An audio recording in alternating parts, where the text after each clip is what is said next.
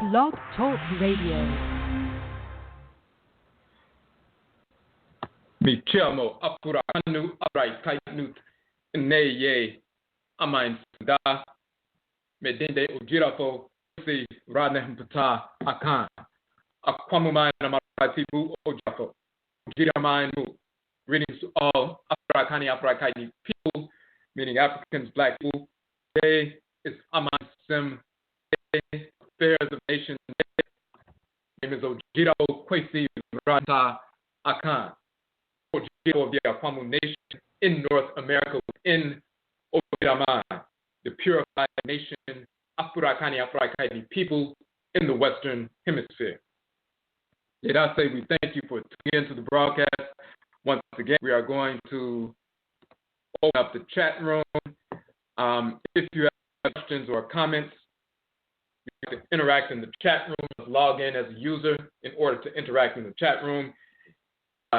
If you do not have a username, you can sign up for one quickly, blog talk, so that you can interact. If you have any questions or comments on the phone line, simply hit the number 1 so that we can see that your hand is raised, and then we connect with you in that fashion. And we just have to, we're trying to direct connect with blogs that we're having an issue with their phone lines tonight. So we're going to see if that's working out for them today. And we're also trying to open up the chat room as well. For new to the broadcast, we have 4 hours on a weekly basis. We have Akanto Nanasom, Ancient Authentic Akan, Ancestral Religion, on Joda on Monday nights, dealing specifically with the Akan expression of ancestral religion. First and foremost, because we are Akan. Secondly, because of the misinformation being propagated from individuals in this hemisphere, as well as on the continent, regarding Akan philosophy, culture, cosmology, and so forth, for those who have been infected with culture, pseudo-religion, Christianity, Islam, and so forth. The presentation of the culture has been infected, and therefore there's disinformation. So we look for perspective. Ancient, authentic Akan ancestral religion, going back to ancient Kanat, ancient Nubia. A title of ancient Nubia is ancient Kanat. Our people originated in that region, migrated to the western part of the continent, reestablished the Kanat or Ghana Empire. Then eventually, some of our people taken from the western part of the continent and forced into North, Central, South America, the Caribbean, and Europe during the Musuo Kessier, the Great Perversity, the enslavement era. And this is how we ended up in North America as Akan people, maintaining our ancestral religious traditions, as we have proven in our publications. Hoodoo is the Akan tradition, Akan ancestral religion in North America. Obia is Akan tradition in Jamaica. Winti is the Akan ancestral religion in Suriname, and so forth. So we deal with that on Monday nights. On Abinada Tuesday nights, we have Ojira purification. We deal with ancestral religion in general, no matter what form it takes, wherever we exist in the world, and how Afurakani, Afuraitkaitnit, or African ancestral religion impacts every aspect of our lives. For ancestral religion is the ritual incorporation of divine law and the ritual restoration of divine balance. So that means through ritual, as Afurakani, Afuraitkaitnit people, we incorporate those things, objects, deeds, and entities we need to incorporate in order to harmonize our thoughts, intentions, and actions with divine order. And through ritual, we reject those things, objects, deeds, and entities we need to reject in order to restore balance to our thoughts, intentions, and actions, and thus realign ourselves with divine order. So the expansive and contractive poles of ancestral religion, or Nanasom, is the ritual incorporation of divine law and the ritual restoration of divine balance. It is by that means that we are able to practice our culture, our way of life, which is the divine acceptance or law, love of order, and the divine hatred, rejection, repulsion of disorder. We accept what is in harmony with order. We reject that which is out of harmony with order and its purveyor, and therefore we can move through the world and execute our divine function harmoniously. When we make mistakes, we engage in the ritual incorporation of divine law and the ritual restoration of divine balance to see what we need to see, learn what we need to learn, to incorporate and reestablish law, and balance in our lives. So we deal with that on Tuesday nights and show how it impacts every aspect of our lives. And of course, Ojeda purification operationalizes Nanason, operationalizes our practice of ancestral religion. On Awukuda Akwada Wednesday nights, we have Egua Marketplace, the Egua Marketplace show. We showcase Afuraitkaitnit businesses, organizations, and institutions, those who are serving the Afuraitkaitnit community in a positive capacity, those who maintain their ancestral religious values in the context of serving the community. And when they're engaged in that kind of service to the community, we support those businesses, organizations, and institutions. We're going to try to open up that chat room once again to see if it's working out. And as we said, for those who came in a little bit earlier, we tried to do the call-in with Blog Talk, but they said they were having a problem with the calling in. So they may be having a problem with the chat room. Well, it looks like it's opening up now. So again, for those who want to interact in the chat room, you have to log in as a user with a username in order to interact in the chat room. So again, with Egua Marketplace Day on Wednesday nights, Awukuda Akwada, we showcase those businesses, organizations, and institutions in our community that are serving our community in a positive capacity, who maintain their ancestral religious values in the context of that service. Our Okon economic development model is an economic development model rooted in our ancestral religious values. Thus, it is a holistic approach to economic development for Afuraitkaitnit people. Part of that process is to starve the beast and feed the pride. That means we make an assessment every week with regard to what funds we would have potentially wasted with the whites and their offspring. And then we starve the beast and feed the pride. We reallocate those funds to the business, organization, or institution of the week. We'll target one Afuraitkaitnit business, organization, or institution per week. So then when we take individually, take $10 or $15 away from white business, don't spend that $10 or $15 with Chipotle this week, direct that $10 or $15 to the business of the week. If 1,000 people engage that process, that's $15,000 going to a black business in 7 days. That infusion of capital allows them to hire our people full-time immediately within 7 days. They can hire people right away. They can expand their product lines and order more products, expand the product lines right away. They can expand their services, their hours, and so forth right away so they can serve us at a higher capacity or greater capacity on all levels.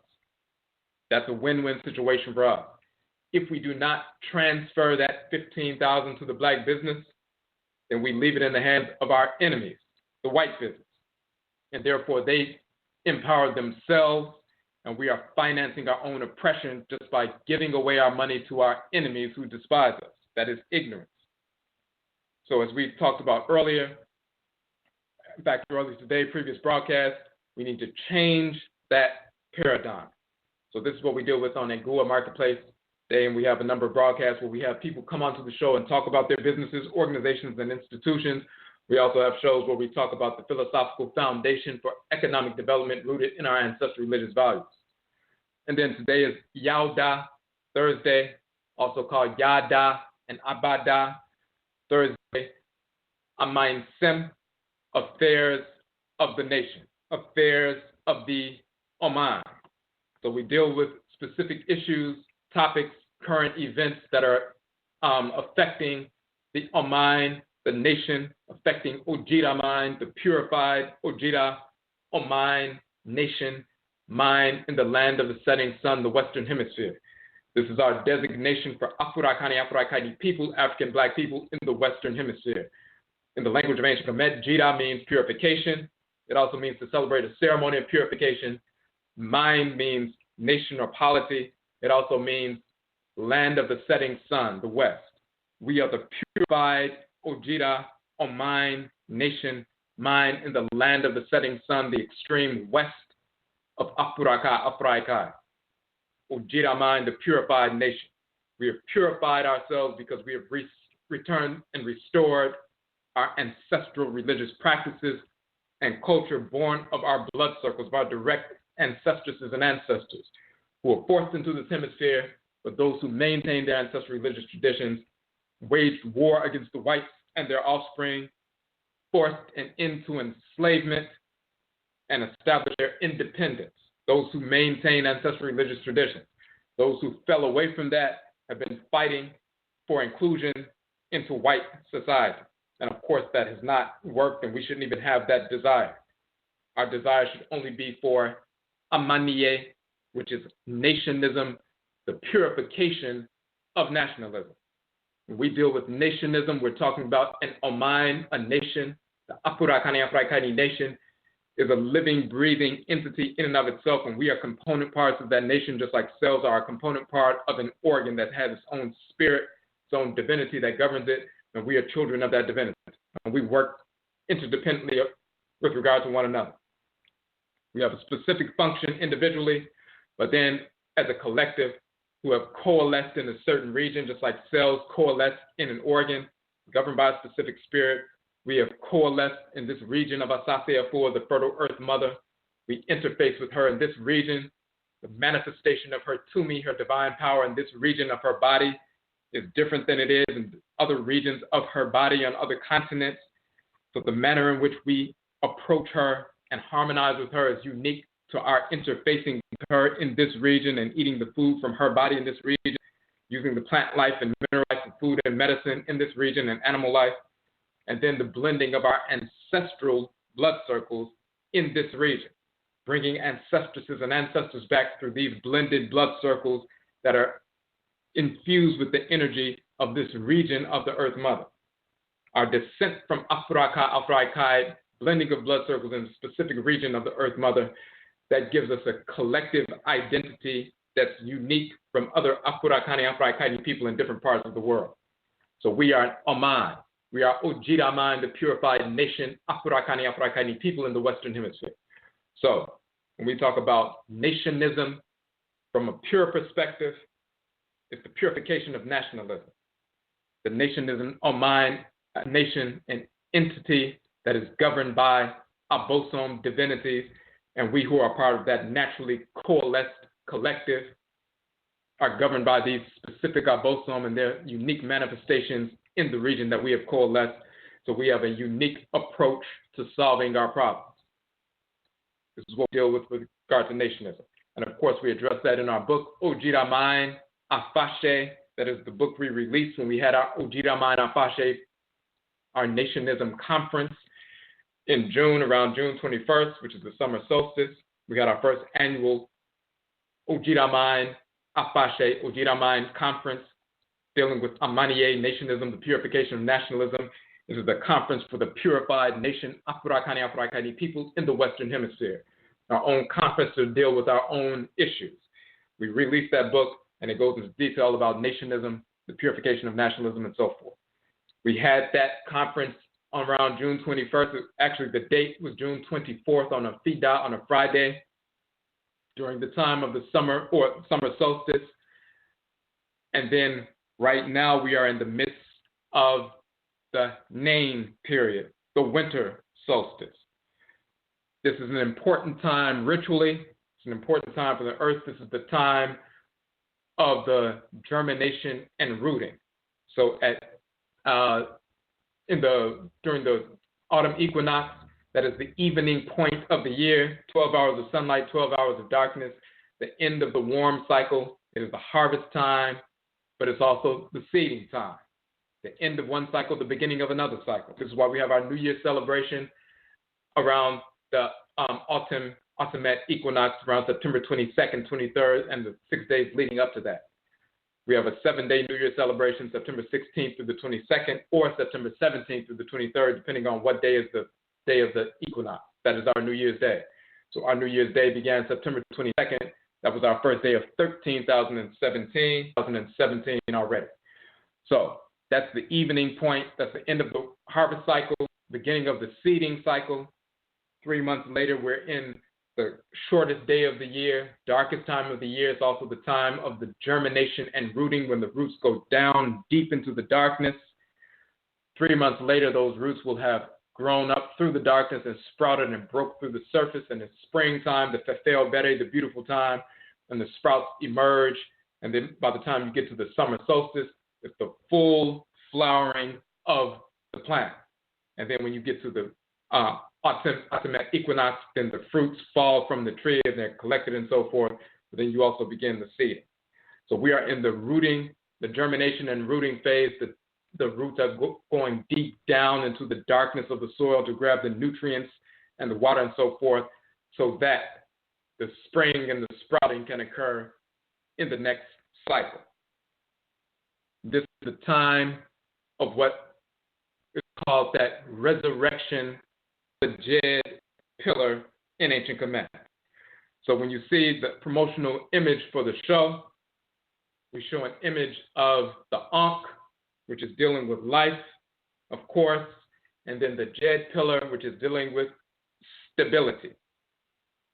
We show them in their natural forms with arms and legs. You see the arms and legs on the Ankh, you see the arms and legs on the Djed, so it gives you a sense of their position within the physical body of the Afurakani male, Afuraitkaitnit female. You have a better understanding of what they actually are and represent. The Ankh, in and of itself, is a representation of the Afuraitkaitnit human body. There's a male deity called Ankh. There's a female deity called ANKH or Ankhua. And Akan, that is Nana Akua.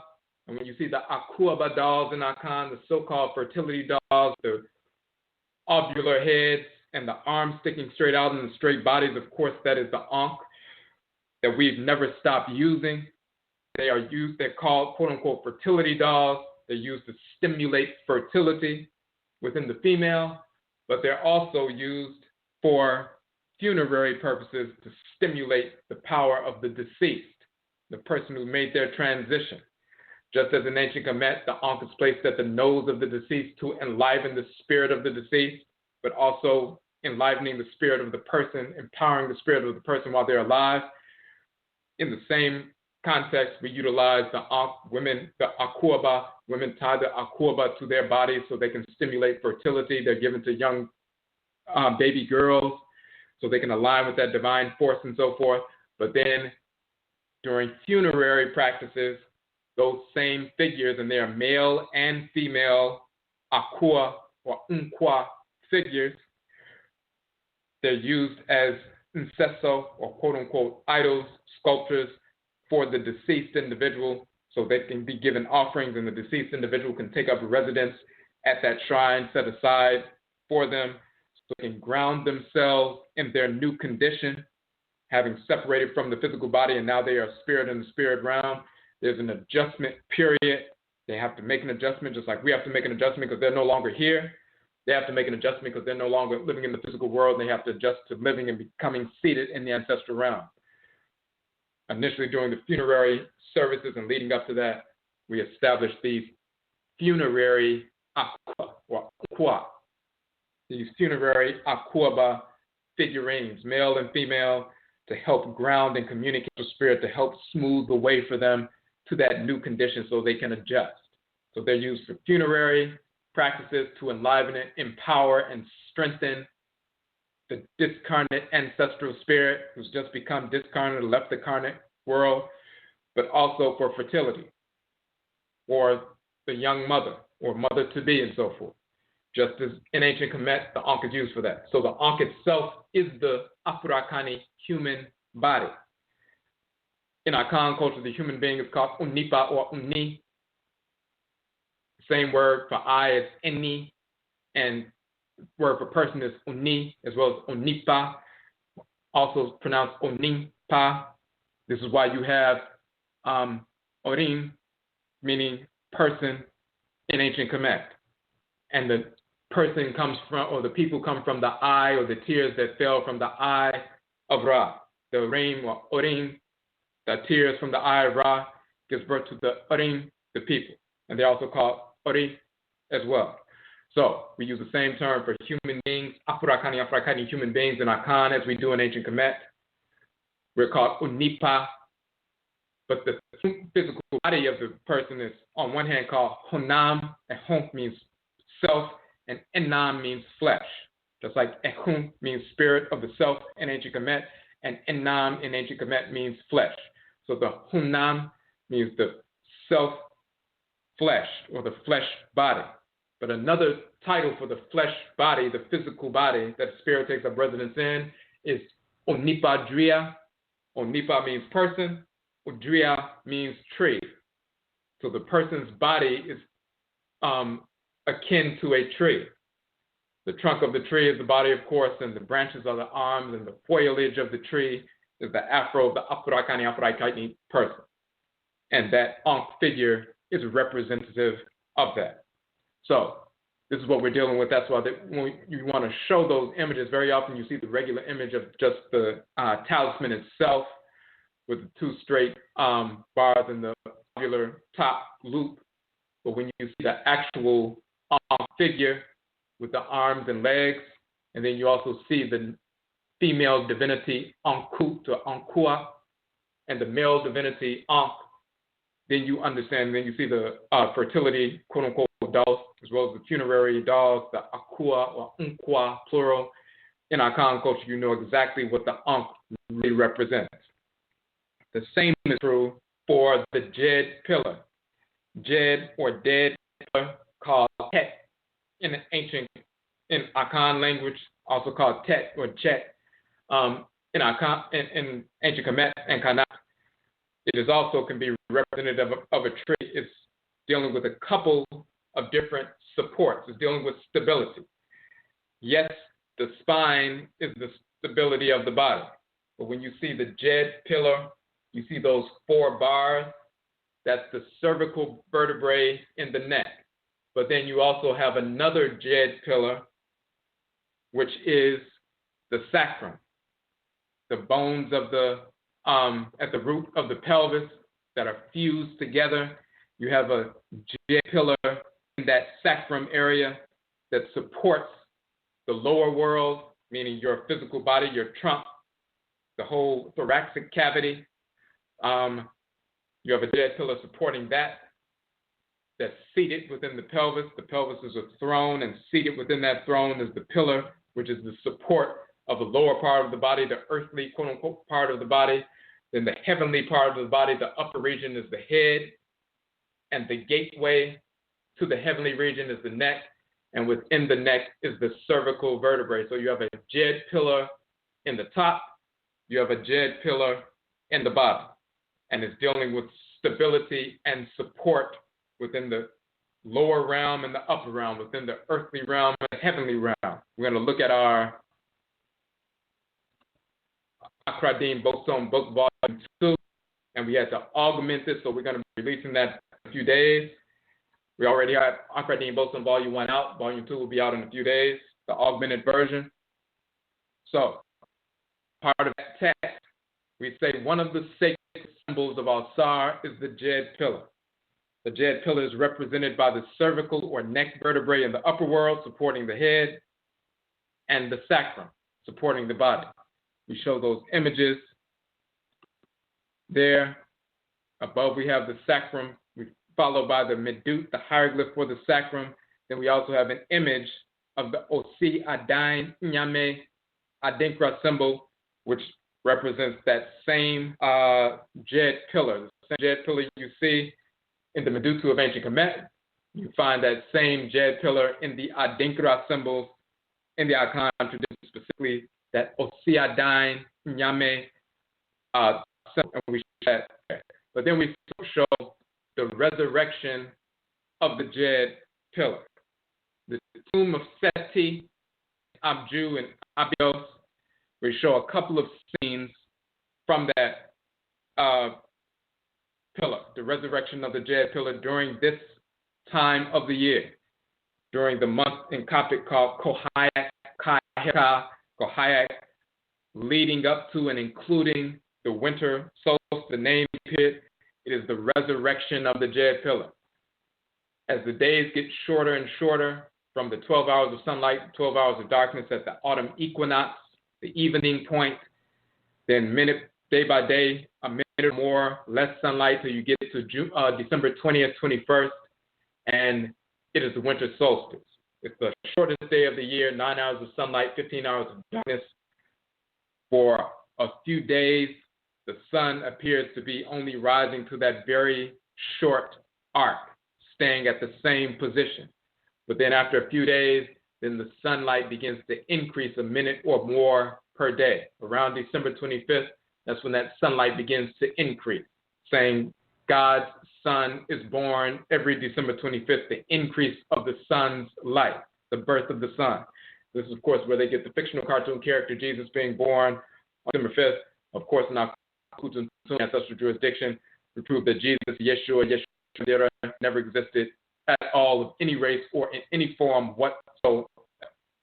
We prove that conclusively. Now, we show this resurrection of the Djed pillar. This is taking place around, leading up to and including the solstice. The solstice means soul, which means sun, and stis means to stand. So the sun is standing still. It hits 9 hours of sunlight, 15 hours of darkness. It stays at that point for a couple of days, and all of a sudden the light begins to increase. The sun begins to expand, to get warmer and warmer and warmer. That is the death and resurrection to a certain extent. The light is beginning to expand.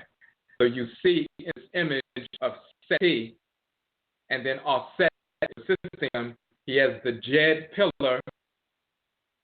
That Djed pillar is the quote-unquote backbone of Alsar, and this lifted up in place and stood up.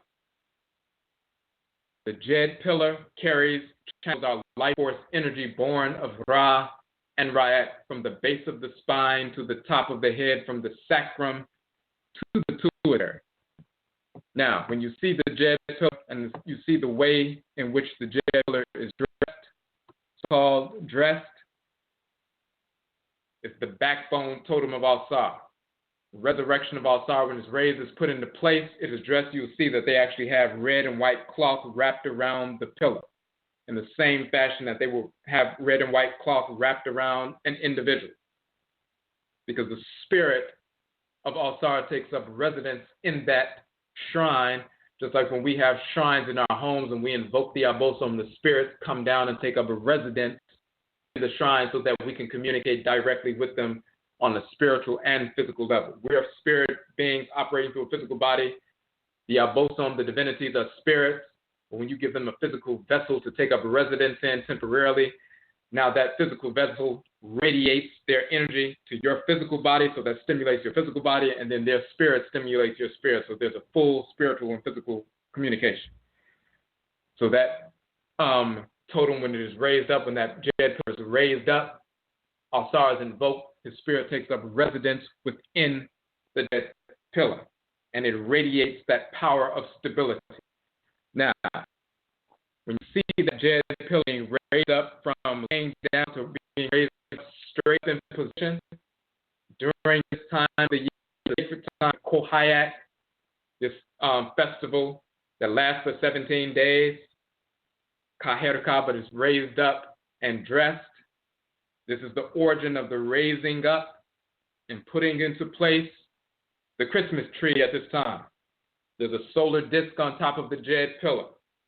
The solar disk on top of the Djed pillar is the star on top of the quote-unquote Christmas tree. The often used gold and silver quote-unquote garland crisscrossing the tree is the solar, gold, and lunar silver energy of the serpents Wachet and Nekabet moving through and around the pillar, which is the spine leading up to the crown, Karakaru, the shrine, so-called chakra. And in our book, Ankh, the origin of the term Yoga Kara Kasa, the origin and nature of the chakra, we show that the term chakra or kakra, used in Sanskrit, is stolen directly from ancient Kemet, the term Kara, which predates Sanskrit and Hinduism by thousands of years.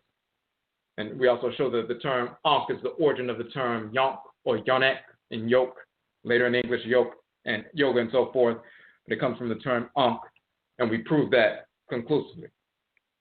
So when you see the Djed pillar and you see Wachet and Nekabet, the two serpents who are curled around the Djed pillar. Nekabet dealing with the lunar energy, the silvery lunar energy, and Wachet dealing with the solar golden energy. Thus the garland, gold and silver garland, crisscrossing the tree to meet up at the crown, quote unquote, chakra or the star, which is the solar disk at the top of the Djed pillar. Offerings are brought by the Amsut. You'll see Seti bringing offerings to the Djed pillar because Alsar has taken up a residence within the Djed pillar. He brings offerings to place them on the shrine, to give to and provoke the energy of Alsar. When you see offerings being brought by the Amsut, the king, Seti to Alsar, whose spirit is residence in this Djed pillar, functioning as a deity shrine, these are the quote-unquote gifts that are brought and placed at the foot of the quote-unquote tree on December 25th. So the entire symbolism of the Christmas tree and the resurrection of the tree and all that other stuff, and the putting, every time people get together and they purchase a tree and they get in and lift it and they put it in position and they crisscross it with garland and put a star on top, they're just imitating what our people have been doing for thousands of years, except their imitation is absolutely meaningless. When people engage in empty ritual, it means nothing. So just because they're imitating something, just like some Masons imitating the resurrection of, Hiram Abiff and all of this, and the master grip and standing him up in a living perpendicular and all that nonsense, that means absolutely nothing. They can go through rituals all day long, year after year, century after century. It means absolutely nothing because Alsar is having nothing to do with them. They can imitate perfectly the rituals that we do, and no deity will ever communicate with them. No ancestral spirit of Afuraitkai has ever, nor will ever communicate with the whites and offspring. So everything they're doing Masonically and quote-unquote esoterically is absolutely meaningless. When these fools talk about they stole our sciences and are using our magic against us, that's pure stupidity. This is coming from Negroes who imitate the whites and their offspring, studying pseudo-metaphysics, pseudo-hermeticism and Kabbalism and all this other nonsense, thinking they're involved in Masonry and this idiocy of Moorishism, all that clown nonsense, and they believe and worship the whites and their offspring because they have no understanding of ancestral religion at all. No deity communicates with the whites and their offspring, so they're just engaged in empty ritual. There's no different than if someone saw you who never saw a cell phone before in their lives, never knew what that was. They saw you grab that piece of plastic, pick it up, and start talking and laughing and everything else. Then when you walked away and they saw it on the table, then they went and picked that piece of plastic up and stuck it to their ear. They didn't hear anything, but they imitated what you were doing. They started talking and laughing and everything else. Now they think that they're doing exactly what you were doing. In a sense, they are doing and imitating exactly what you were doing, but of course, you dialed someone, a connection was made, and then a communication was actually taking place. They just have a piece of plastic sticking it to their ear and engaging in an imitation. It absolutely no connection to the other end of a receiver. So they're engaged in an empty ritual. And they can do that little empty ritual for the next 100 years, but they will never be engaged in the kind of communication that you were because they're not dialing a number. They're just taking an empty phone with no connection that has no service, and they're just imitating what they saw you do. That's exactly what little clown Masons and everybody else are doing. So they can't steal our sciences. That's idiotic. When people say that, then they're simply proving that they have no knowledge of ancestral religion and culture whatsoever. And they're really not communicating with these deities they claim to know about. So this is what's taking place. So the whole notion of resurrection, this whole time of the year, it has to do with the germination and the roots going down, down, down deep into the darkness, hitting quote-unquote rock bottom, grabbing the nutrients, the water, and everything else, and then the roots began to move upward. Sprouts start moving upward. they don't burst through the surface of the soil, manifest themselves until the springtime.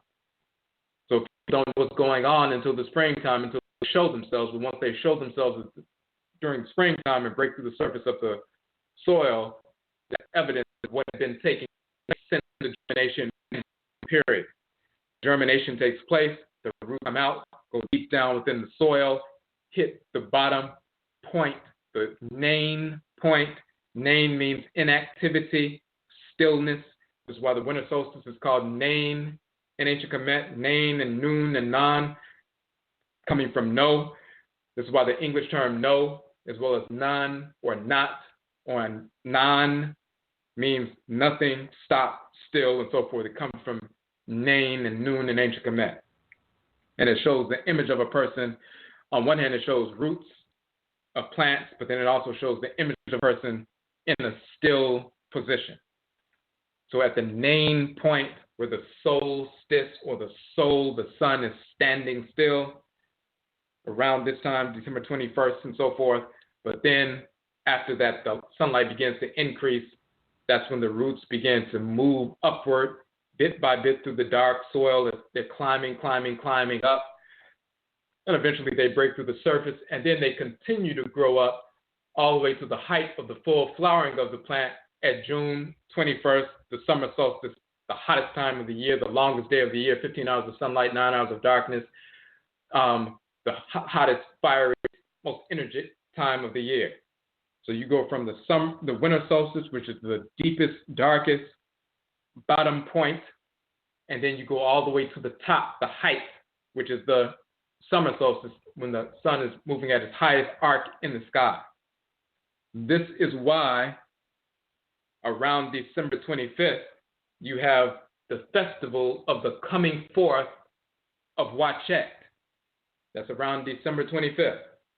She begins to come forth. She's at the base of the spine, this serpent power, and she begins to come forth. And she climbs and climbs and climbs up, just like you see the Djed pillar. You see the serpent's Watchet and Nekabet around the Djed pillar and so forth, as well as around the staff of Tahuti.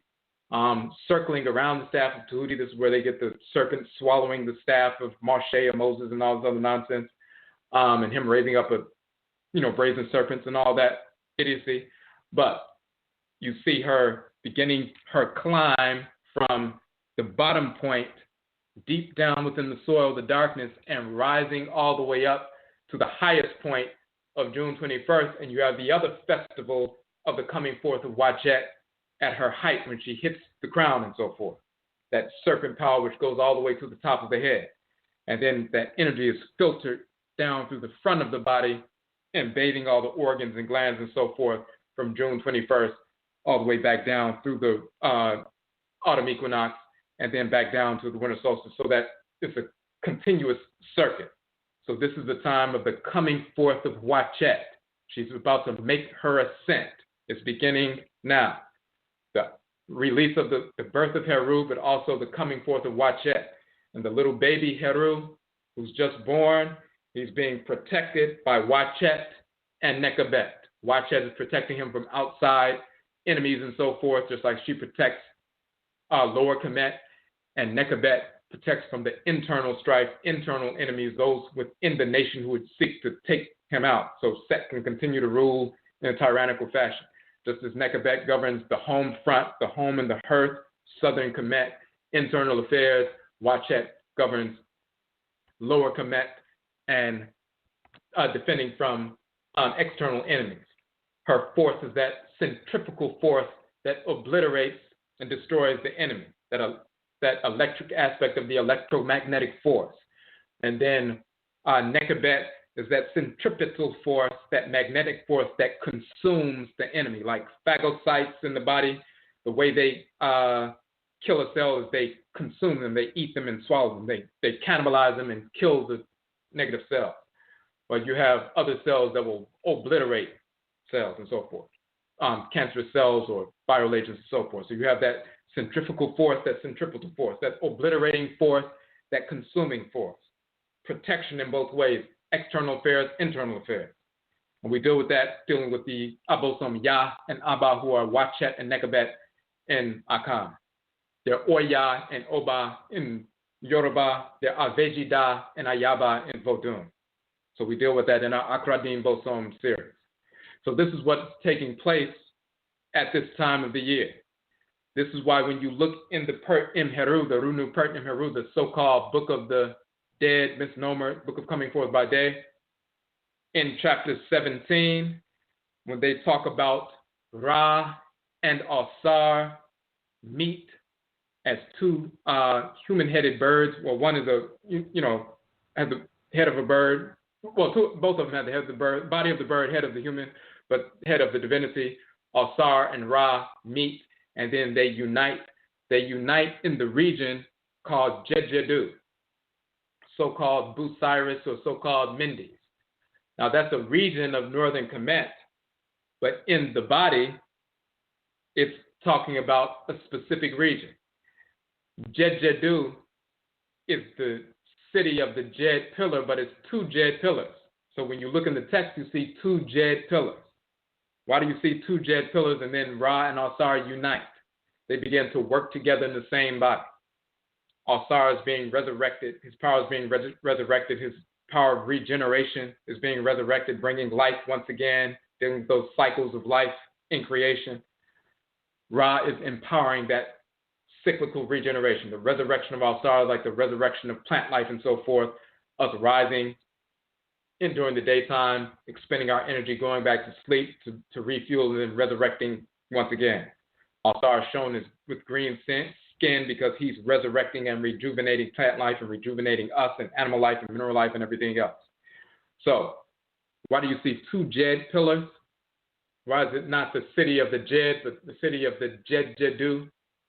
Two Djed pillars there when the union of Ra and Asar takes place, because we talked about those two Djed pillars within the body. In the cervical vertebrae, the neck vertebrae, there's a Djed pillar there that's upholding the upper realm, the heavenly realm, the head, which is the control center. But then you have the lower earthly Djed pillar, which is seated within the pelvic region, the bones of the pelvis being fused together in the sacrum, and then you have that Djed pillar sitting right there, upholding the thoracic part of the body and so forth.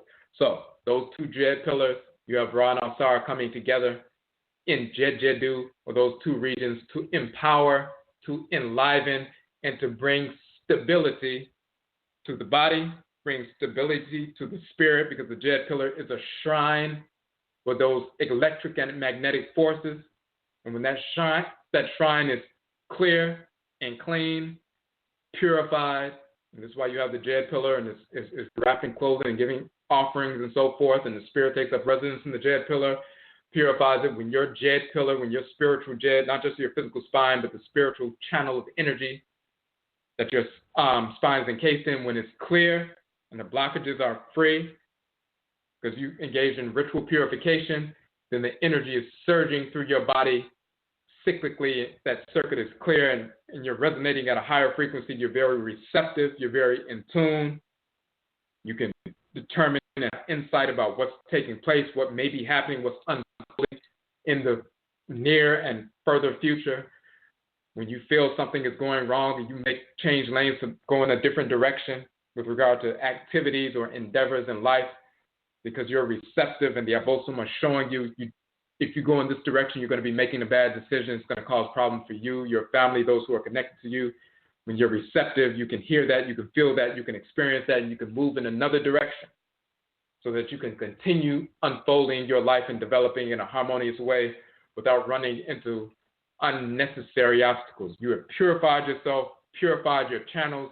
You become like a wind chime. When a wind chime is clean and clear, when the wind moves through it, it's very resonant.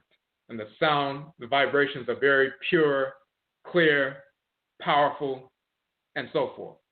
If it's dirty and clogged up, then it's like a weak, whimpering whistle and so forth. But when it's cleaned out and pure, then the energy, the wind whips through it easily, freely, without, hindrance, and the sounds resonate.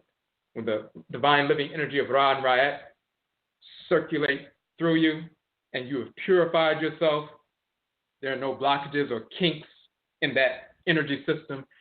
then you can pull in their energy. You're very clear, and it makes you more receptive. The more receptive you are, the more you can attune to divine order. You can attune to Ma'al and Ma'at. As we've been talking about this week, the 3-part series on the male divinity Ma'al, you can attune to the divine law, the expression of order. If you're not pure, you haven't purified yourself, you're controlled by lust, controlled by malice, controlled by conditionings and insecurities and fears and self-destructive behavior and ignorance and things like that, then you're not able to attune to what's correct.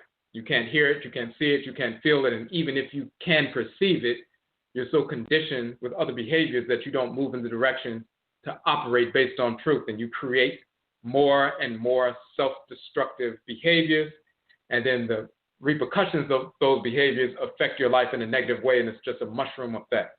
But when you purify yourself, you engage in Ahodwira, purification, self-purification, then you make yourself receptive. It's no different than cleansing your body out, eliminating all waste from your body, cleaning yourself out, purifying yourself outside, detoxing and cleaning yourself out on the inside so you can operate at an optimal level. We must do the same thing spiritually. That energy of life, Ra and Ra'at, the divine living energy animating all created entities, moving through your system, moving through your physical body, that's in the form of the Unipadria, the tree, the Ankh shape, that energy moving throughout your system, resonating throughout your system. You purify yourself, purify that Djed, purify that spiritual energetic backbone so that circuit of energy is constantly flowing. That expansive and contractive electromagnetic energy of Wachet and Nekabet can protect you, cycling and so forth. They're the protectresses of divine royal sovereignty. They give you that insight, that protection, so you can be receptive. All of that is taking place. It's this time of the year is the beginning of that upsurge of the energy. We hit the root point, reaching deep down in the darkness to grab the nutrients from the darkness of the soil and so forth. Now that we've been at that standstill and grabbed all we need, now it's time for that upsurge of energy, that expansion of energy. But we're purifying ourselves along the way so we don't fall into negative behavior, fall backwards into negative behavior.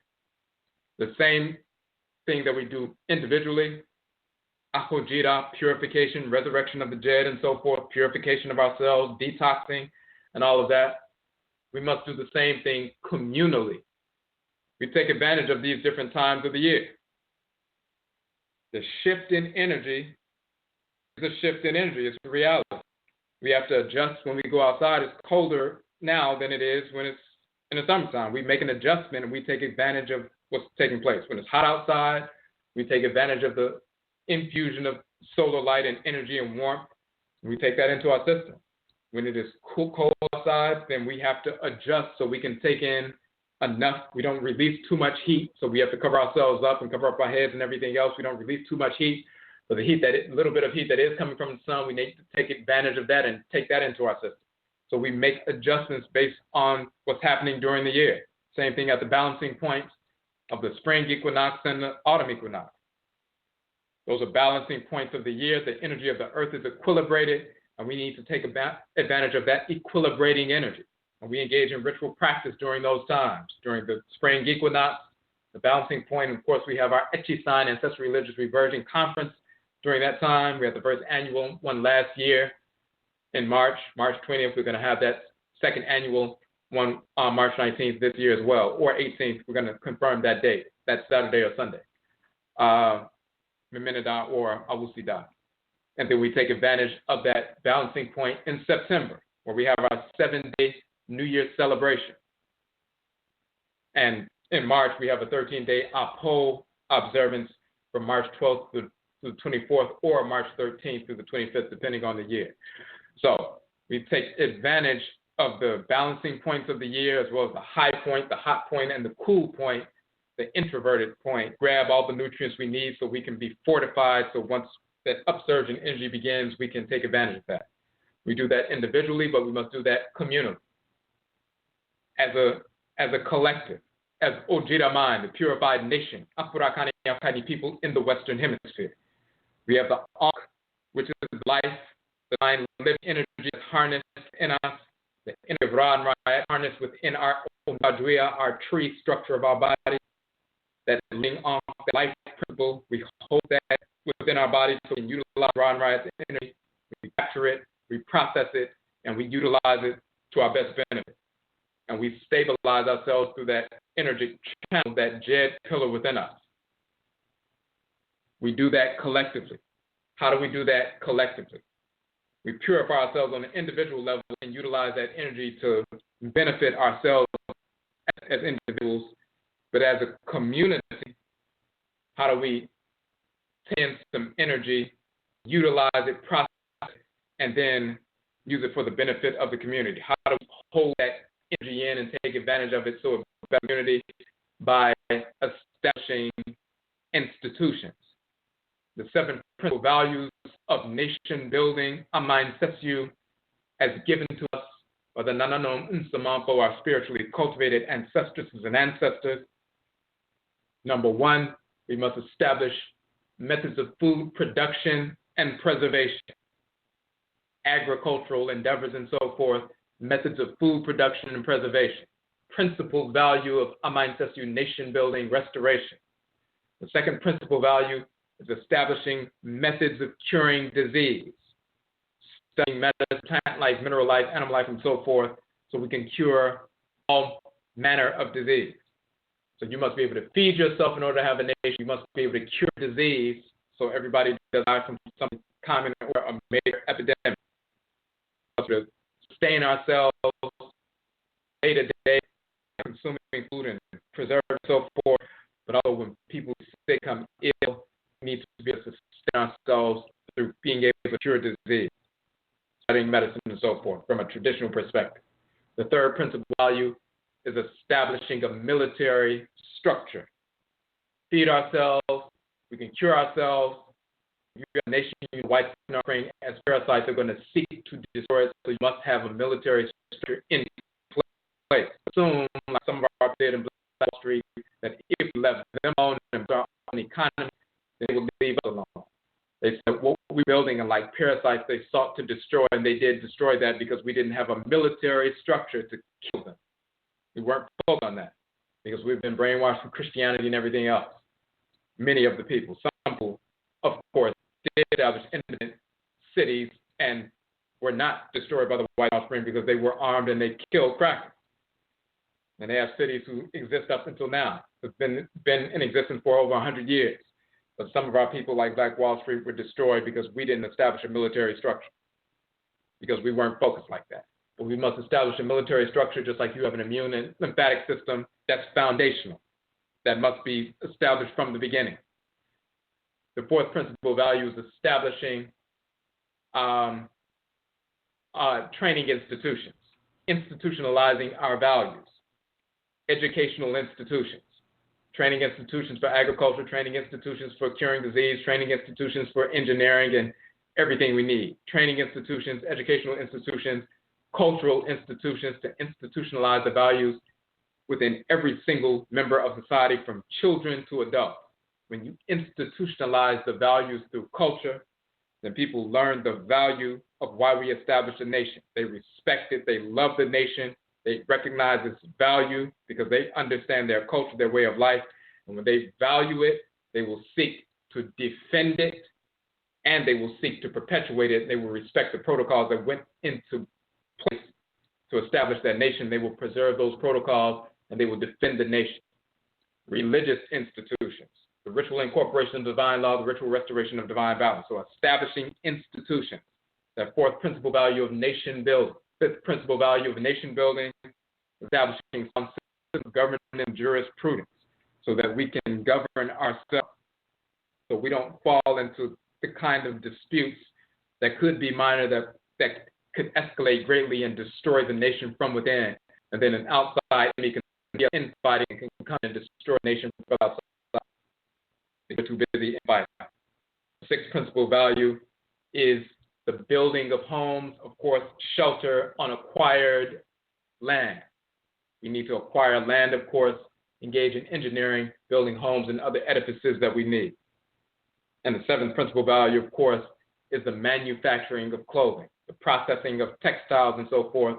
So we're not just talking about food, clothing, and shelter, methods of food production and preservation, methods of curing disease, establishing a military structure, establishing institutions, educational, religious, cultural, and so forth, training, establishing government jurisprudence, the building of homes on acquired land, the manufacturing of clothing.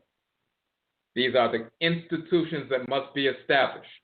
So when we take advantage of the shift in energy throughout the course of the year, and at these four major points, the equinoctial points and the solstice points, yes, we do that individually to purify ourselves and strengthen ourselves, enliven ourselves with the Ankh, stabilize ourselves with the Djed and so forth individually. We must enliven ourselves, create the capacity through purification to receive the living energy of Ra and Riot into our Ankhs, into our bodies, enliven ourselves, awaken ourselves, illuminate ourselves, and then stabilize that enlivened power within us so it can circulate continuously so we can use it to our best benefit. Ankh ourselves, enliven ourselves, and Djed ourselves, stabilize ourselves. Do that, enliven our communities, and then Djed or stabilize our communities. And the manner in which you do that is to establish institutions and perpetuate institutions. And when we talk about institutions, we're talking about the 7 principal values of nation building. Living stability. This is why we call the broadcast. We're talking about living institutional stability. This is why we show that Ankh and that Djed. These are talismans, but they're also shrines for the divinities ANKH and Ankh, as well as the Djed divinities, Djed, pulling in the energy of Ra and Riot and so forth so we can move forward harmoniously. All Sar and all Set operating through those Djed pillars as well.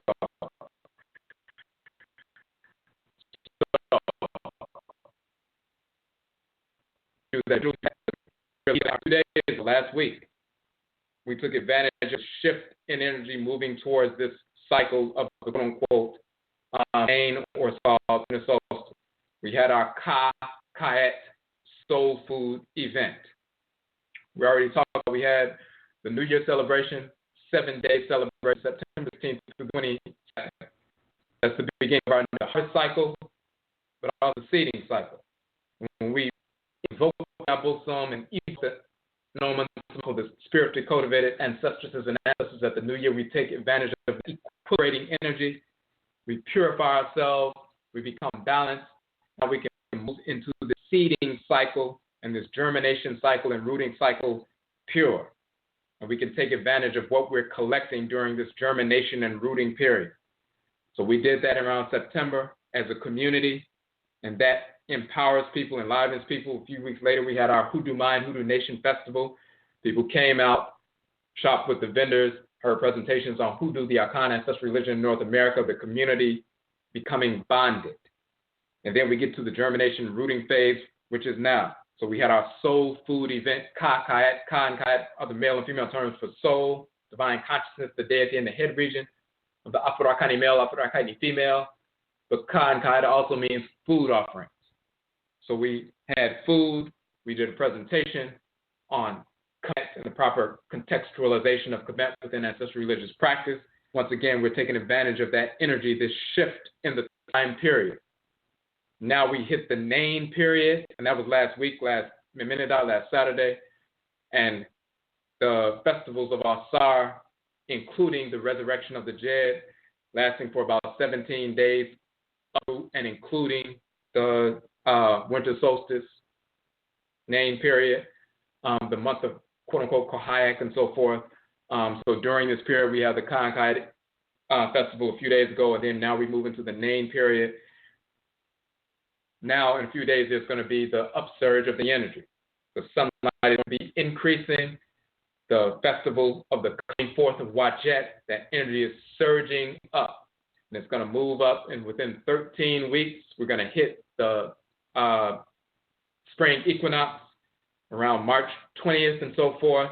And we're going to have our Echisan Ancestral Religious Reversion Conference, the second one, bringing our people from different parts of the country, representing the Akan tradition, Hoodoo in North America, Juju, which is the Yoruba tradition in North America, Voodoo, which is the Fon and Ebe tradition in North America, Wanga, the Ovambo tradition in North America, and other Gullah, Geechee traditions in North America, Ngengai, the Fang in North America, Grigri, the Bambara tradition in North America. So we're going to bring our ancestral religious practices born and preserved within our blood circles in this hemisphere for hundreds of years that empowered us to overcome enslavement, force the end of enslavement, and establish our independence, returning to our ancestral religious practices, ancestral religious reversion. That's going to be in March, so we're going to take advantage of that. What we would like to do, and we sent this information out today, as a matter of fact. We posted this in, we'll pull this up real quick, in our Anko Nanasom group on Facebook, Ancient Authentic Akan Ancestral Religion. If you're not in the group, you can join that group, Akanko Nanasom, Authentic Akan Ancestral Religion. Institution AKONGUASUA, Akongwa.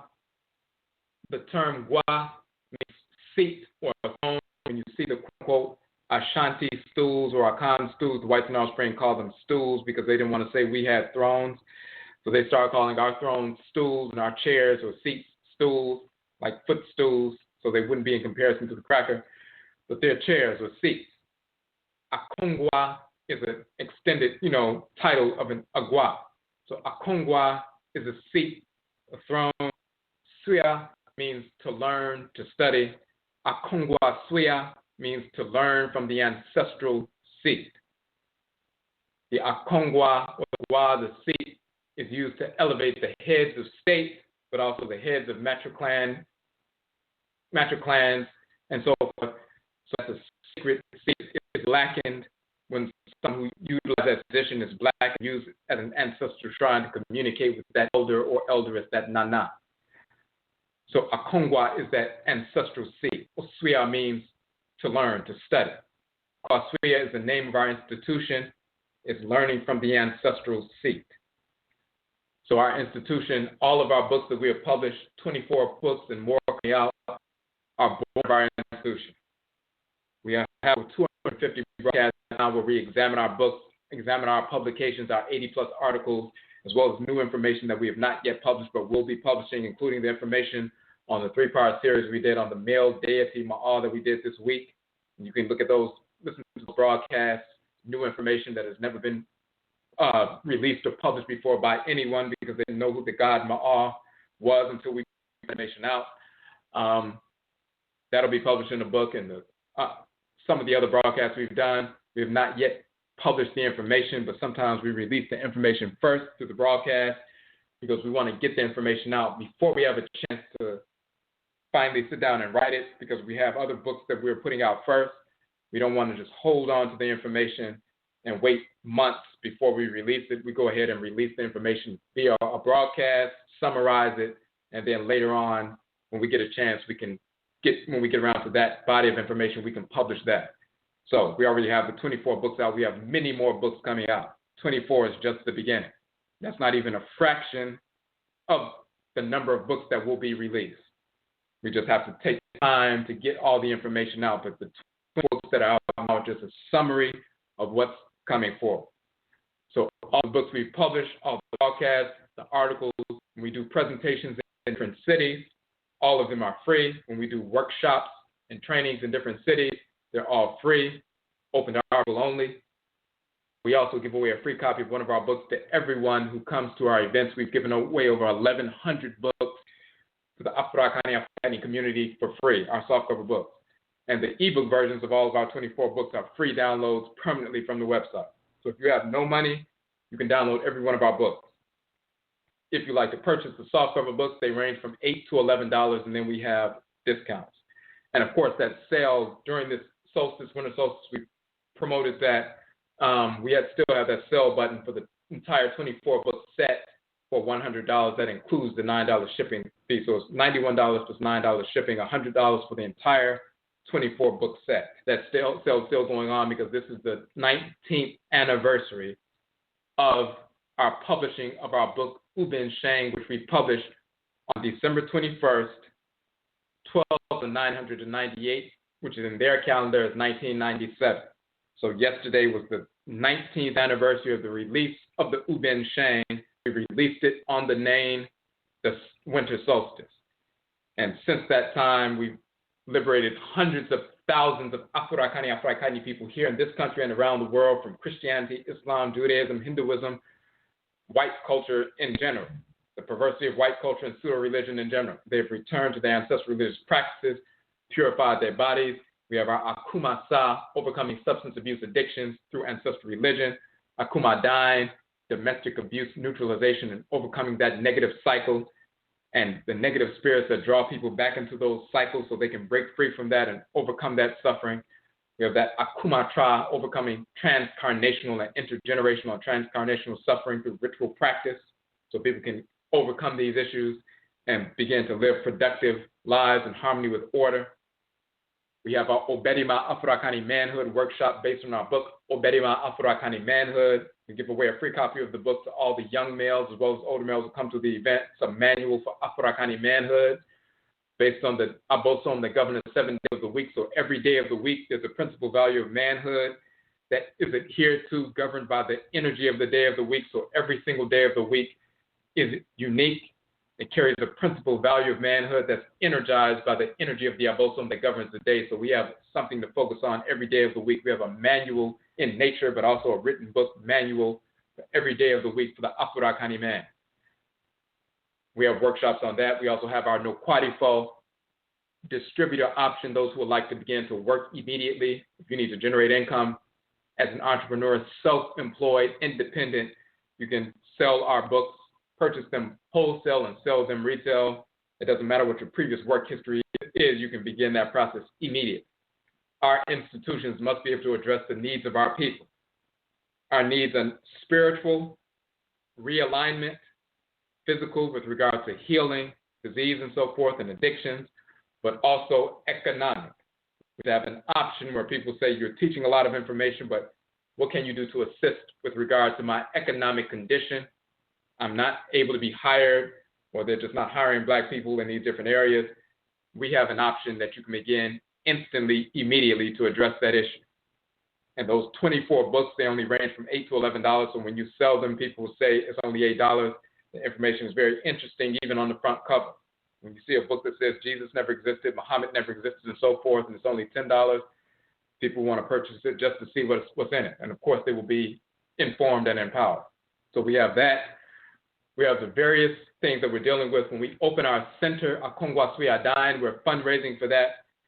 We'll be able to expand our services, have classes.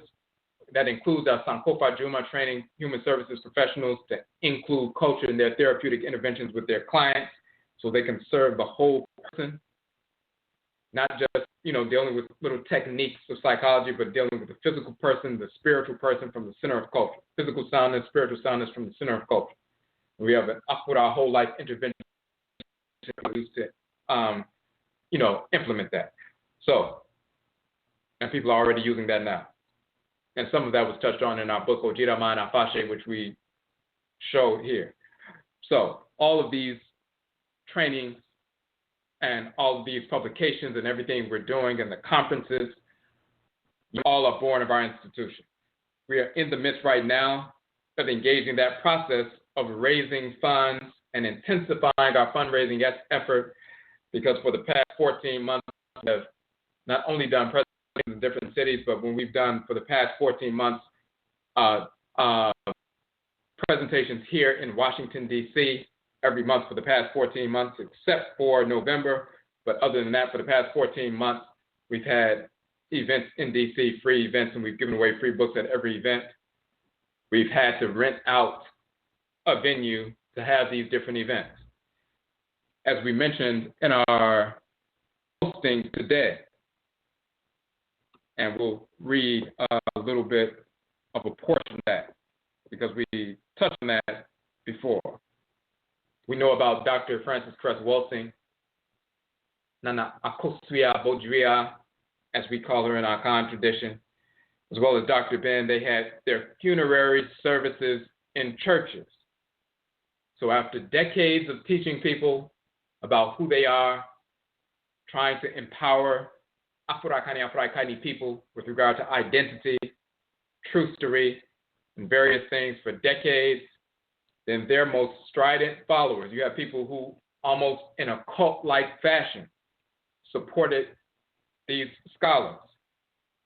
But then when it comes to them making their transition, these most strident followers who say, oh, we support you, we love you, and all this other stuff, they never came together to establish an institution. So they were having to rent out spaces and speak in churches and everything else. And when they make their transition, you have to have ceremonies where hundreds of people or thousands of people have to show up to a church that was an institution promoting exactly what they were teaching against all of their lives. That's an indictment on those people who are their most strident followers. People talk a good game, but when it comes to actually supporting Black institutions, then all of a sudden all the talk dries up.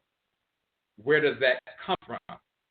What's the connection between talking about and nodding head in agreement? Yes, we need to support Black institutions. Yes, we need to, circulate our dollars. Everybody has been talking about that for 100 years. If the logic of that was just sound enough to make people move, we would have moved over 100 years ago. We would, instead of be spending over $1 trillion and 95% of that with whites, we would be spending at least $400 trillion plus in our own community and employing every single Black person in the community. But we're only spending about $50 billion or more with our own people and the other $950 billion plus with the whites and their offspring. Not because we have to, but we're just making a choice to give our enemies our money. The separation between that and the missing link is religion. The missing link is that purification, that enlivening process through the Ankh, ritual practice, ritual purification, and the stabilizing piece. First, you enliven yourself. You use that Ankh. The loop of the Ankh draws the energy of Ra and Ra'et into the person, the divine Ba and Ba'et that comes from Ra'et.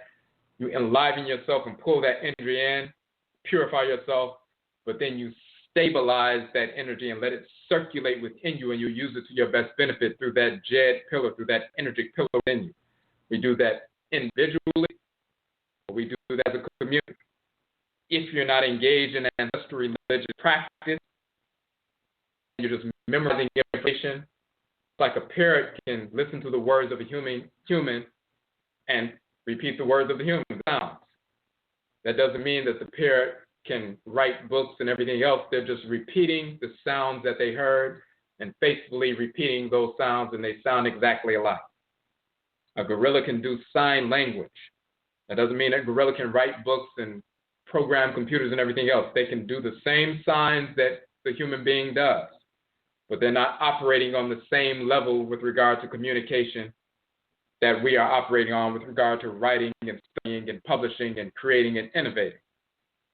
So we can memorize all kinds of information. People can memorize every book that's ever been written. They can memorize a bunch of YouTube videos. They can memorize a bunch of, broadcasts that they've heard. Can memorize anything, change names and everything else, and sound exactly like the people you've studied from. But if you haven't engaged in self-purification, Ahodwira, you still have the same white mindset. White will imitate ancestral religious practices. They'll take on a Yoruba name and memorize Yoruba language and wear Yoruba clothes and memorize Yoruba rituals and everything else, but of course the Orisha never communicate with them. We can memorize and do all these different things and sound very intelligent. But the proof that we have not transformed is betrayed in our actions. If we're not engaged in self-purification, it's betrayed in our actions. It's betrayed when we continue to engage in self-destructive behavior, promiscuity, lying, insecurity, immaturity, fear, and so forth, gluttony, lust, all those kinds of things. But it also manifests communally when we don't starve the beast and feed the pride. If you have an automatic impulse to give 95+% of your money or 100% of your money to your absolute enemies while studying information saying that these are our enemies, then the fact that we are not engaged in self-purification is proven. There's no way in the world that AKONGUASUA, Dr. Francis Cress Welsing should have had to have a funerary service in a damn church, or Dr. Ben Yakinen, them having these memorial services in churches. Where were all those thousands of people who claimed they loved the scholars? They were not engaged in ancestral religion. On their way to the funerary services, some stopped off at Chipotle or stopped off somewhere else. So throughout the course of the week and throughout the year, if they were to add up all the money they spent at McDonald's, Burger King, Walmart, CVS, 7-Eleven on products that they do not need, cigarettes, candy, gum, Arizona iced tea, burgers, fries, whatever it is, things that we absolutely do not need. That's enough to build and maintain enough schools and healing centers to take care of everyone, especially for a couple of scholars. When we practice ancestral religion, those of us who are actually engaged, we make a conscious decision on a weekly basis. Whenever we can, we'll support Black businesses, even if it's just giving $3 or $4 to a Black business. We do that throughout the course of the week, every week, always making sure that we don't even feel right not supporting a Black business. It feels repulsive. We can go a number of days, and when we go somewhere where we could have supported a Black business, we drive by that business and go support a white business, our enemies. It's disturbing to our spirit. When you engage in self-purification, that is disturbing to the spirit. So, our institution is dealing with that. That's why we deal with spirituality, ancestral religion. We must purify our minds, purify our spirits, so we can get back to normal, get beyond intellectualizing, and get into actual action. What our goal is to do is to actually open up the center prior to March. When we can open up the center prior to March, we can host our event for the community in our own center instead of having to rent out the center that we've been renting out once again. So we have like 13 weeks, or really less than that, because we can't just like open up the center and, the very next day have the event. Define space, get the space prepared, get the funds, pay, move in, and do everything else. So we have a few weeks, but our goal is to generate the funds to open up the center. When we open up that first center, we'll be able to expand our classes, workshops, trainings. The entrepreneurial program is already in place, so people are already generating funds by selling the books. We'll be able to expand that, but we will also have employment opportunities, additional ones, in the publishing arm, because we publish and print all of our books in-house, in color, on our own printers. So when we have a center, we can expand our printing operation and have more books, of course, than the 24. We're going to have more by then. And we can, in the area of the copying and the folding and cutting and shipping. So we'll have employment opportunities, full-time and part-time employment opportunities for people working in the center, as well as the entrepreneurial self-employment opportunities that already exist right now, that's already up and running, and it's been up and running for over a year, actually 2 years. So when we open up the center, that will benefit the community, on one hand, to transform people's lives, whether it's through the overcoming addictions and studying and people, learning different, when you learn about yourself, learn about your capacities, the abosom that govern you, you start moving in directions and developing your talents in those areas. Then you begin to move towards entrepreneurial endeavors based on your energy complex, and whatever kind of occupation or business that you start will be rooted in your energy complex, and you'll be able to feed your energy into that.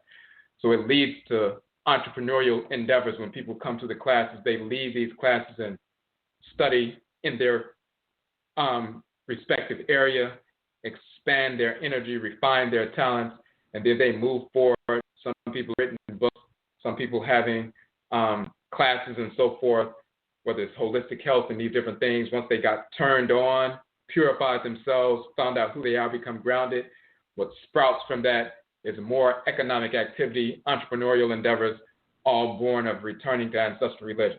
So we'll have our free classes, trainings, expanding our classes, including language, ancestral religion, trustery, things for children as well as adults, center, Afurakani, homeschooling, network activities, and so forth. A number of different things we'll be able to expand once we establish the first center. Of course, we'll replicate that center, the AKONGUASUA, in different cities and different regions of the country, and eventually in different parts of the world. People will ask about that. People are already having study groups around the work, and they want to have a center in their region. So, of course, we will be doing that. We have to get the first. We looked at the stats for the fundraiser, fundraiser.com. And when you make a contribution, any contribution is welcome. You have the option of receiving one or more books in return for your contribution. So far, right now, you click on the link. You click on the link and you go to the AKONGUASUA Dine Institution fundraiser page. Talk about all the details and host conferences as well as trainings, classes, printing, public arm, ritual practices, all these different things within the center. All of that information is laid out in there, all the different details for it. I just want to pull that up real quick to see where we're at. We're at 6% of the goal. So we've been running on fundraiser for the past 49 weeks. We're at 6% of the goal. We've had 41 contributors in the past 49 weeks. So it's a little bit less than one contributor per week towards the institution. Now, the way we've structured our work different than other people is based on our ancestral culture. We're Akwamu Mine Amarukai Tipimu, the Akwamu Nation in North America. Akwamu is a subgroup of the Akan people. Akan people is a large ethnic group. And then you have subgroups like the Akwamu, the Asante, the Fanti, a bunch of different Akan groups. We're Akwamu. So Akwamu Mine Amarukai Tipimu, the Akwamu Nation in North America, from our ancestral perspective and mandate and cultural mandate. That's the reason why we make all of the ebook versions of our books free, because we recognize the information to be too important to just not allow people to have access to it, even if they don't have money, because they're not working or because this capitalist society, they can't get funds. We're not going to cut our people off from accurate information, letting them know that Jesus, Muhammad, and all these other characters don't exist, as well as self-purification and trustery and everything else. So we make it available for free. People can see the information, take it in, utilize it for weeks or months or even years sometimes. Once they see the value of it, the tangible benefits of it, they've been able to transform their lives in different ways in a positive fashion. Once they see the tangible benefits and the value of it, then they can say, you know what, I'm going to support this institution. That's the way we operate. We don't force people to purchase up front, whether you know what the information about is not, and if you don't like it, you don't like it, but it's too late because you bought the book. We don't do it that way. And at the same time, when we do presentations around the country, we don't charge people $10, $15, $20, $25 to get into our presentation, then another $10 or $15, $20 for a book, and people are spending all this money and so forth. All of our presentations are free, and we give away a free copy of one of our books to everybody who comes. So people are informed up front, and then they can see and experience the value. There's no coercion. So then they're relaxed. We don't try to recruit people. We don't recruit people to join our organization. You have to be born into the Akwamu ethnic group to be Akwamu. You are born into your own ethnic group, so we encourage people, you find out through your Nsaman for your ancestors and ancestors what your ancestral clan is, and then you establish that based on your identity, and you resurrect that and establish an institution as well, and bring people who are part of your ethnic group into your Afurakani, Afuraitkaitnit group, into that institutional endeavor, and you continue to build, and that way we begin to build across the board. It's not just some people, everybody being forced to join an institution. You're born into an institution, you're born into a clan. So we don't recruit, you can't even recruit, because it's not even cosmologically possible to recruit somebody into your clan. So we don't try to force people to join us, because it's not natural anyway. We also don't force people to purchase. They're totally free. They can come and go as they please. They don't have to pay any money. They receive the information for free. They're not pressured to join anything, so they can freely take in the information and see how it works for them. Once you engage that process, you engage ancestral religion, purify yourself, become receptive, transform your life and so forth. If you see value in the work, then you can support it. So this is why we are intensifying the effort now at this particular time, because we would like to literally finally open the institution. We started the fundraising initially 2 years ago in November. We started off on GoFundMe in November. We raised over the course of a little bit over a year. We raised like $4,000. We were nowhere near the possibility of opening up the center with $4,000. So what we decided to do was to have events every single month for the next 14 months. We had events every month for 14 months. We paid for the venue, used the funds to pay for the venue every month for the next 14 months. The regular place that we rent is $150 for that 4 hours.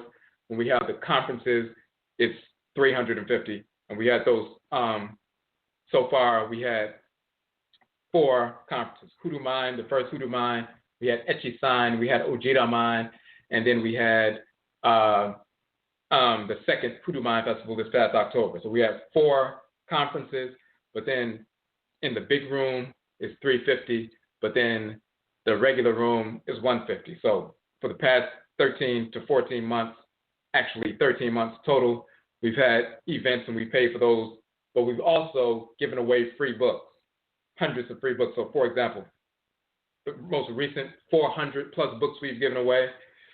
Most of our books on average are about $10. Some are $9, some are $10. We have a few that are $8, one that's $11, but the other ones are either $9 or $10. So when we give away about 400 books at $10 each, that would have normally been $4,000, but we gave those books away for free. We still had to print them in color, and that cost a great deal of money.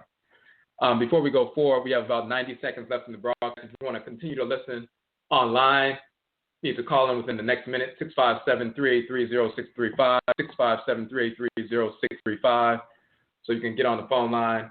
If you can't, we're intensifying our effort. Please, if you value the work and you have benefited from the work, go now to the AKONGUASUA Dine page for our institution and make a contribution.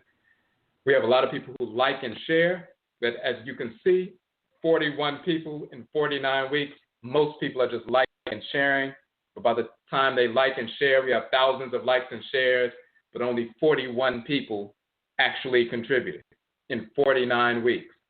But many people value the information. We've had 4,500 book downloads last month and the month previous to that, and it's going to be the same this month. So thousands of book downloads, but about 1 contribution per week. So please go to the page if you value the information, if it's actually benefited you, and you are able, go to our AKONGUASUA Dine now and make a contribution. You can receive 1 or more of our books in the process. Okay, and for those who can stay on, we're just going through that process. So what we did was we utilized the initial funds to cover these expenses, not only for the venue, which was actually cost more than $4,000 over the past 13 months. And then in addition to that, printing out over these past 13 months, over 400 books at this particular, we've given away over 1,100 books over the past couple of years, but recently, the most recent 400 plus books over the past year.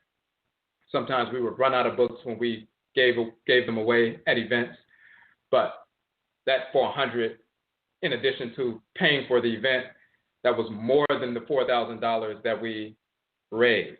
So we started on fundraiser, and the main reason we switched from GoFundMe to fundraisers is because fundraiser accepts PayPal, and GoFundMe used to accept PayPal, but then they stopped, and they don't deal with PayPal anymore. They have their own little WePay system, and most people like to utilize PayPal when they contribute. So fundraiser does that.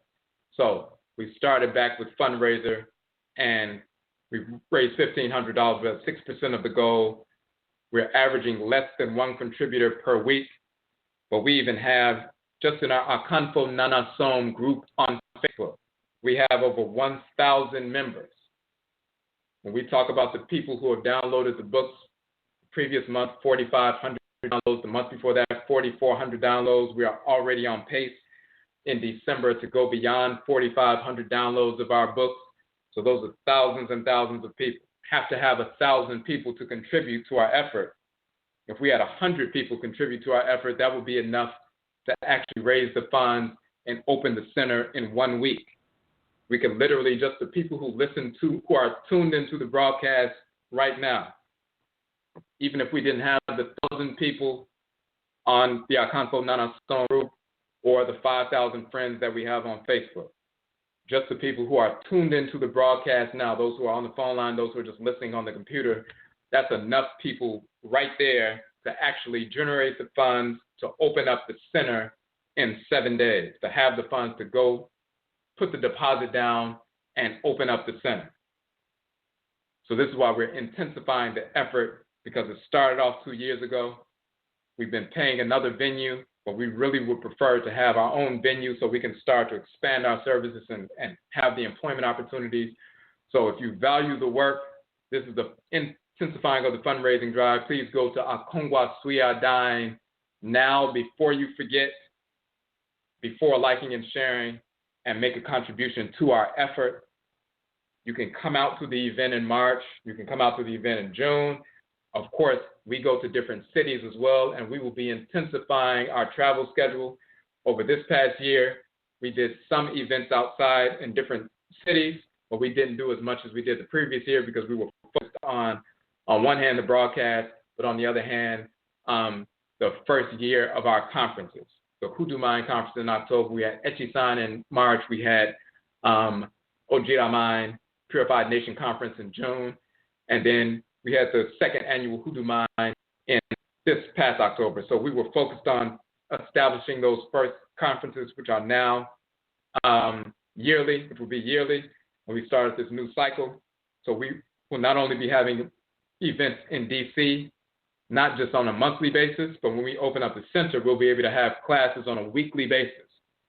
We wanted to have weekly classes in DC, but we couldn't afford literally to have weekly classes paying another venue for those weekly classes. So, but when we open the center, we'll be able to have classes whenever we want to. We will have to make a large payment every time and then have to fit ourselves into a schedule that may not fit because different venues are being used for different people and so forth. When we have the center, we'll be able to have weekly classes, and the classes expand our class offerings as well as the entrepreneurship piece and the employment opportunities full-time and part-time. So we want to increase that, go beyond that 41 contributors in 49 weeks. We could have 49 contributors in 1 day or 49 contributors in 1 week as opposed to one contributor per week. So we do appreciate the people who contributed because that assists us. That's the only way we're able to give away these free books and empower people and get them off of Christianity and so forth. That one person per week who would contribute, that's the money they contribute, $20 or $50 or $100 is enough to print out, 10, 15 books or whatever, 5 books or whatever it is, give those books away. Those people take those books, they share them with their family members. They offer cigarettes and marijuana and alcohol and Jesus and Muhammad and everything else, getting into holistic health, changing their names, changing their relationship with their children and family members and so forth. They are transforming their lives individually and communally just because we're giving away the free books. So every time one contributor contributes a few dollars or makes a bigger contribution, that transforms the lives of people. So we appreciate those contributors. But for those who have thought about contributing, this is the time to do so if you value the work, because we need to open up a center for the community. You look in D.C., there are people who are secular nationalists. You have individuals who are involved in pseudo-religions. You have other individuals who are involved in some mixture of ancestral religion and mixing it with pseudo-metaphysics and mixing it with interracialism and all this kind of stuff. We come in contact with people all the time and say, well, we need a center where we're dealing with authentic information. And we do not see one in the region right now. And we don't see anything like that in the region except for study groups in certain areas and so forth. It's time for people who practice ancestral religion, the Aru, Afuraitkaitnit Ancestral Religious Untiu community. We did a broadcast on Aru. Aru means to work, to develop, but it also means to see, to envision, to watch, to perceive, insight in the language Kemet. It also means divine form. So the Aru is also an acronym for Afurakani, ancestral religious Untiu. Untiu means community. So we are the Aru, the ancestral religious community. Not the misnomer, quote unquote, conscious community, but the ancestral religious community. And the Aru, no matter what form of ancestral religious you practice, no matter what clan you come from, as an Afurakani person, you're part of the Aru, the ancestral religious community. We need to assert ourselves because it was only our people practicing ancestral religion who forced the end of enslavement. Okumpo Yao Nat Turner, Nana Abena Araminta, Harriet Tubman, Okumpo Kwabena, Denmark Vesey, the people who practice ancestral religion, the Gullah Wars and so forth, they forced the end of enslavement.